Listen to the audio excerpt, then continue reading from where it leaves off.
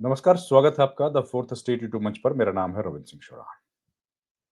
संसद का शीतकालीन सत्र 1 दिसंबर से शुरू हो रहा है, लेकिन उस सत्र की गर्मी उसके 1 सप्ताह पहले से ही दिखाई देने लगी। केंद्र सरकार ने साफ किया है कि वो आर्टिकल 131 में अमेंडमेंट लेके आएंगे। ठीक है, वो क्या होगा? मतलब संविधान के संशोधन का एक बिल आएगा। वो क्या है? आर्टिकल 131 जो है, उसको अमेंड करने का मतलब ये है कि केंद्र सरकार अब चंडीगढ़ को आर्टिकल 240 के तहत यूनियन टेरिटरी बनाने वाली है। तकनीकी मामला है, सिंपली समझेंगे। 240 जो आर्टिकल है और 239, 239 ए इसमें दो यूनियन टेरिटरीज हैं। कौन सी? एक पौंडीचेरी, एक दिल्ली। ये दोनों यूनियन टेरिटरीज क्यों है इसमें? क्योंकि ये दोनों यूटी विद लेजिस्लेचर है। इनके पास अपने कानून बनाने की अख्तियार है, अधिकार है। पौंडीचेरी के पास मुख्यमंत्री है, लेजिस्लेचर है। दिल्ली के पास भी है। इनको कर दीजिए अलग। इस पर एक बड़ा विस्तृत फैसला सुप्रीम कोर्ट सुना चुका है। फिर दूसरी बात, दूसरा जो है वो है 240। उसके तहत कौन सी यूनियन टेरिटरीज हैं? उसके तहत है यूनियन टेरिटरी अभी जो लेटेस्ट बनी है, लद्दाख। लद्दाख के अलावा जो बनी है आपकी अंडमान निकोबार, उसके अलावा लक्षद्वीप। तो इस तरह की जो यूनियन टेरिटरीज हैं, वो सारी पड़ती हैं इसके नीचे। ठीक है, क्लियर हो गया बात। चंडीगढ़ जो है, उसका अलग स्पेक्ट्रम है। चंडीगढ़ का जो स्टेटस है, चंडीगढ़ का जो स्पेक्ट्रम है, वो बिल्कुल अलग है। वो इन दोनों कैटेगरीज में फॉल नहीं करती। ठीक है, 239 ए में, जैसे जम्मू कश्मीर 239 ए में फॉल करता है, और ये चंडीगढ़ जो है, ये दोनों में फॉल नहीं करती। इसका एक अलग तरह का स्टेटस है। वो क्या है?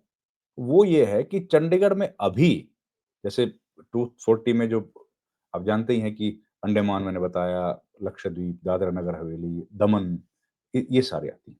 उसमें क्या होता है? क्या होता है 240 में? 239 ए में मैंने बताया कि वो कानून अपना खुद बनाते हैं, और कुछ ऐसे इश्यूज हैं जिन पर केंद्र सरकार बनाती है कानून। ठीक है, क्लियर है। 240 के तहत क्या होता है?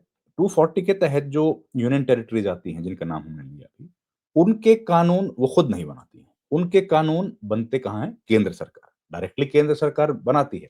लेकिन वो एग्जीक्यूशन किसके थ्रू होता है? राष्ट्रपति के थ्रू। मतलब प्रेसिडेंट ऑफ इंडिया एक एग्जीक्यूटिव ऑर्डर से उनके कानून बनाती है। ठीक है। लेकिन चंडीगढ़ का जो मामला है, वो थोड़ा अलग है, मुख्तलिफ है।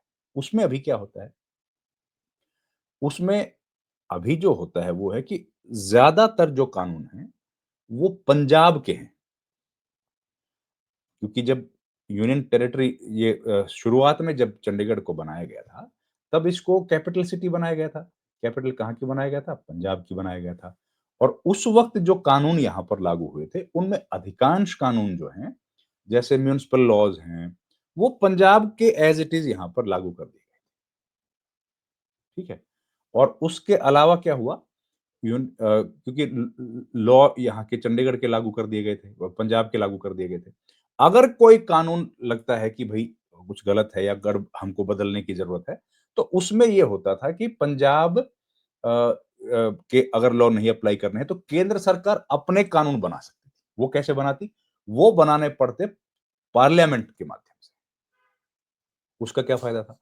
पार्लियामेंट के माध्यम से अगर आप कानून बनाएंगे, तो उसका मतलब है कि संसद के भीतर जो कानून बनेगा, तो एक पक्ष उसके साथ बोलेगा, एक खिलाफ बोलेगा। पंजाब के सांसद भी जाते हैं, लोकसभा में भी हैं, राज्यसभा में, वो अपनी बात रखेंगे। तो उनका ये कहना था, पंजाब के लोगों का ये कहना था कि कम से कम वहां पर पंजाब की आवाज सुनाई देती। तो ये मूल अंतर था। अब क्या होगा? अब कानून में जो संशोधन होने वाला है, वो कानून ये कहता है कि 240 की कैटेगरी में हम लोग लेके आ जाएंगे चंडीगढ़। अगर चंडीगढ़ 240 की कैटेगरी में आ गया, तो क्या होगा? तो ये होगा कि चंडीगढ़ से अख्तियार अधिकार खत्म हो जाएगा पंजाब का, ऐसा पंजाब के लोगों का, पंजाब के पॉलिटिकल लीडर्स का ऐसा मानना है। अब होगा कि नहीं होगा ये बात तो पता लगेगी जब सरकार इस बिल को पेश करेगी, इसके मंशा को बताएगी, तो तब पता लगेगा। लेकिन एक बात तय है कि ये बिल, हाँ, ये बिल जो है, इस बिल से कहीं राजनीतिक असर पड़ने वाला हम लोगों को साफ तौर पर दिख रहा है। ये बिल राजनीतिक असर डालेगा और विधानसभा का चुनाव आने वाला है पंजाब में, और पंजाब में जो विधानसभा का चुनाव आएगा, उसमें इस बिल को लेकर के हंगामा होना तय है। तो ऐसी स्थिति में अब पंजाब की जो राजनीतिक दल हैं, वो क्या करेंगी, ये देखने की बात होगी। और ये बिल जो है अप्रूव हो गया है कैबिनेट से, और ये इसका जो ड्राफ्ट है, इसका खाका तैयार कर लिया गया है, और ये उस बिल की आपको मैं दिखा देता हूँ कॉपी। कॉपी क्या मतलब, उसकी छोटी-सी एक पिक्चर है, एक स्टिल पिक्चर है। ये इसका नाम और इसकी पूरी डिटेल मैं आपको बताता हूँ। ये नाम है जी इस बिल का, देखिए आप। Article 131st Amendment Bill 2025 to include the Union Territory of Chandigarh in Article 240 of the Constitution of India in alignment with the Union Territories without legislature, namely Andaman Nicobar Island, Lakshadweep, Dadar Nagar Haveli, and Daman Diu, Pondicherry, where is legislative assembly is dissolved or suspended.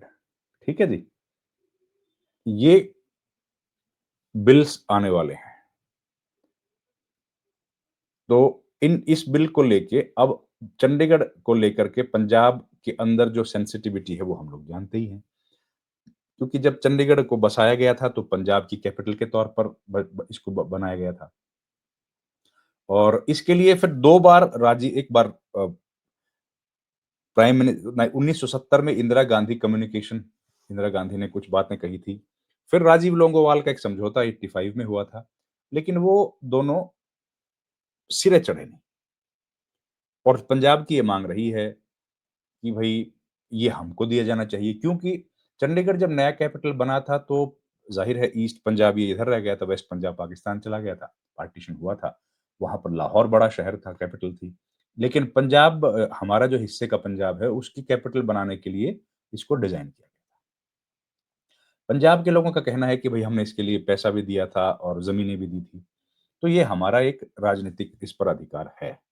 तो अभी तक लेकिन handover नहीं किया। Administrative जो है वो 60-40 का है, 60% पंजाब के लोग, पंजाब के अधिकारी आते हैं, 40% हरियाणा से आते हैं। लेकिन इसमें भी यूनियन टेरिटरी के लोग, ऑगमट कैडर के लोगों का भी, उस पे भी एक विवाद अलग है, वो ऑफिशियल जो अधिकारियों का विवाद है वो अलग है। लेकिन चंडीगढ़ का अब होगा क्या? चंडीगढ़ की जो कहानी है वो बहुत महत्वपूर्ण है। एक तो पंजाब यूनिवर्सिटी को लेकर के पहले से ही विवाद चल रहा है। अ, 60 साल पुरानी सेनेट है पंजाब यूनिवर्सिटी में, और उस सेनेट को अब सरकार एक कानून लेके आई थी कि उसको खत्म कर देंगे, लेकिन फिर वो अभी विथड्रॉ कर लिया। वो कानून तो विथड्रॉ कर लिया था, या वो कानून तो नहीं था, नोटिफ़िकेशन थे, वो विथड्रॉ कर लिया। तो उसकी वजह से अब माहौल वैसे ही गरमाया हुआ है। पंजाब यूनिवर्सिटी के भीतर भी अभी धरना, एक मोर्चा जो लगा रखा है पंजाब के लोगों ने, और उनका कहना है कि पंजाब यूनिवर्सिटी उनकी है, पंजाब की है पंजाब यूनिवर्सिटी, और उसमें किसी तरह का बदलाव नहीं किया जाना चाहिए, ये उनका कहना है। अब चंडीगढ़ जो है वो उसमें नहीं जाना चाहिए, लोगों का ये सेंटिमेंट है। तो अब क्या होगा ये मालूम नहीं है, लेकिन जो होगा वो राजनीतिक तौर पर काफ़ी महत्वपूर्ण होने वाला है। एक तो इलेक्शन आने वाला है 2027 में, उसको देखकर भी मामला गरमा सकता है।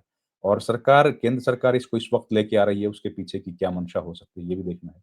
और इस पर देखिए बिल लेके आएगी तो ज़ाहिर है उस पर बहस होगी, चर्चा होगी। अब कौन-सी पॉलिटिकल पार्टी किस तरफ जाएगी, ये देखने की बात है। तो देखते हैं क्या होता है। इस वीडियो में इतना ही।